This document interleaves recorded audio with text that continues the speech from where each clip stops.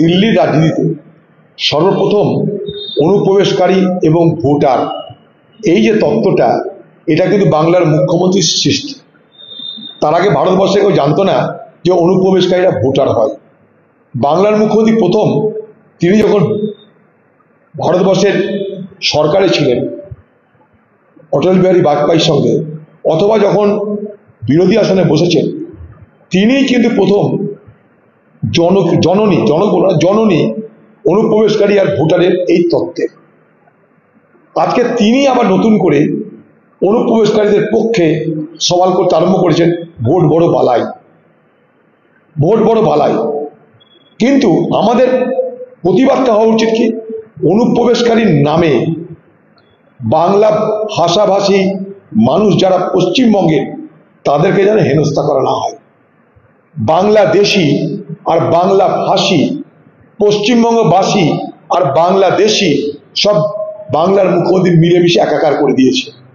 তার জন্য কি হচ্ছে, সাধারণ পশ্চিমবঙ্গের মানুষ তাদেরও বিপদ নেমে আসছে। কিন্তু আপনি যেভাবে বাংলা বাংলা করে বাইরের রাজ্যগুলোর সঙ্গে একটা বিভেদের রাজনীতি তৈরি করছেন, দূরত্বের বাতাবরণ তৈরি করছেন নিজের ভোটের বাক্সকে ঠিক রাখার জন্য, তাতে কিন্তু আগামী দিনে এখানকার পরিযায়ী শ্রমিক যারা বাইরে রোজগার করতে যাচ্ছে, তাদের কিন্তু বিপদ বাড়বে বই, কমবে না।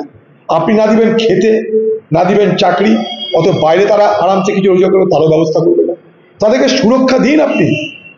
তারা যে পশ্চিমবঙ্গের নাগরিক, তার জন্য বাইরে যাওয়ার আগে তাদেরকে দরকার হলে আইডেন্টি কার্ড দিন, তাদেরকে দরকার হলে আপনি পরিচয়পত্র দিন, তাদেরকে আপনি পোর্টালে নিন, যেখানে যখন কোনো বাঙালি বা বাংলাভাষী মানুষের উপরে কোনো জুলুম হবে, সঙ্গে সঙ্গে তারা কমপ্লেন করুক। আপনার তো রাজ্যে প্রশাসনের অভাব নেই, অফিসারের অভাব নেই, আপনারা সেল খুলে দিন। দরকার সেই সমস্ত রাজ্যে আপনার অফিসার নিয়োগ করুন। দিল্লিতে যেমন আপনার রেসিডেন্ট অফিসার আছে, সেরকম প্রত্যেকটা রাজ্যের যে রাজধানী, সেখানে একটা করে রেসিডেন্ট অফিসার আপনি রাখতেই পারেন। তারা দেখবে সেখানে বাঙালিদের ভালো মন্দ। আপনি সেটা চাইছেন না, আপনি এটা সমাধান চাইছেন না, আপনাকে হাওয়া দিয়ে বাঁচিয়ে রাখতে চাইছেন, এবং এই বিভাজনের রাজনীতি করে আপনি ভোট কুড়াতে চাইছেন। আপনি একটা আবেগ তৈরি করে ভোট কুড়াতে চাইছেন, আপনি সমাধান চাইছেন না। বাংলার মুখ্যমন্ত্রী, আপনি পশ্চিমবঙ্গের বাঙালিদের বাইরে রুটি রুজি নিশ্চিন্তে কামানোর জন্য যা যা সুরক্ষা দেওয়া দরকার, সেই পথে আপনি হাঁটছেন না, হাঁটবেনও না। আপনি এটাকে ঝগড়া বাঁধিয়ে রাখবেন, উত্তেজনা বাঁধিয়ে রাখবেন, আবেগ বাঁধিয়ে রাখবেন, যাতে আপনার ভোট ব্যাংক বাড়ে। যাতে এই সমস্যার সমাধানের জন্য কলকাতায় চিৎকার করার দরকার নেই। আপনাকে যাওয়া উচিত ছিল ভুবনেশ্বর, উড়িষ্যায়। সেখানে মুখ্যমন্ত্রী দপ্তরে আপনি না গেলেও আপনার মন্ত্রী পাঠান, আপনার অফিসার পাঠান। এসব অফিসার ভার্সেস অফিসার কথা, ওখানকার প্রশাসন করছে, সে প্রশাসনের সঙ্গে আপনার প্রশাসন কেন কথা বলছে না? মনে করুন কয়েকদিন আগে পাট্টাতে খুন করে এখানে পালিয়ে এলো কলকাতায়।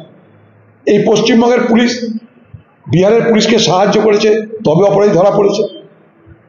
তাহলে প্রশাসনের মধ্যে আদান প্রদান তো আছেই না। তো পাটনার খুনি কলকাতায় গ্রেপ্তার হলো কি করে? পাটনার পুলিশ তো করেনি, কলকাতার এসআইটি, কলকাতার পুলিশ, তারা সহযোগিতা করেছে, তবেই হয়েছে। ঠিক একইভাবে অন্য রাজ্যে যেখানে সমস্যা হচ্ছে বাঙালিদের, সেখানে আপনার রাজ্যের প্রশাসন সেই রাজ্যের প্রশাসনের সঙ্গে কেন কথা বলছে না? সমাধান করার চেষ্টা করেছে কি না? কারণ আপনি চাইছেন সমাধান নয়, আপনি চাইছেন গন্ডগোলটা পেকে থাক। সমাধান যদি হয়ে যায়, আপনার ভোটে বলার মতো কিছু থাকবে না। রুটি নেই, রুজি নেই, ধর্ষণ ছাড়া, খুন ছাড়া, লুট ছাড়া, দুর্নীতি ছাড়া এ বাংলা কিছু নেই। তাই আপনি একটা হাতে অস্ত্র পেয়ে গেছেন, সেই অস্ত্র আপনি শান দিয়েই যাবেন। সে অস্ত্র যাতে ভোতা না হয়, তার জন্য আপনার চেষ্টা কোনো ত্রুটি থাকবে না, আমরা জানি। কিন্তু এই অস্ত্র সানাতে গিয়ে আপনি আপনার ভালো করছেন না যারা পরিযায়ী শ্রমিক তাদের ভালো করছেন, আপনি ভেবে দেখুন।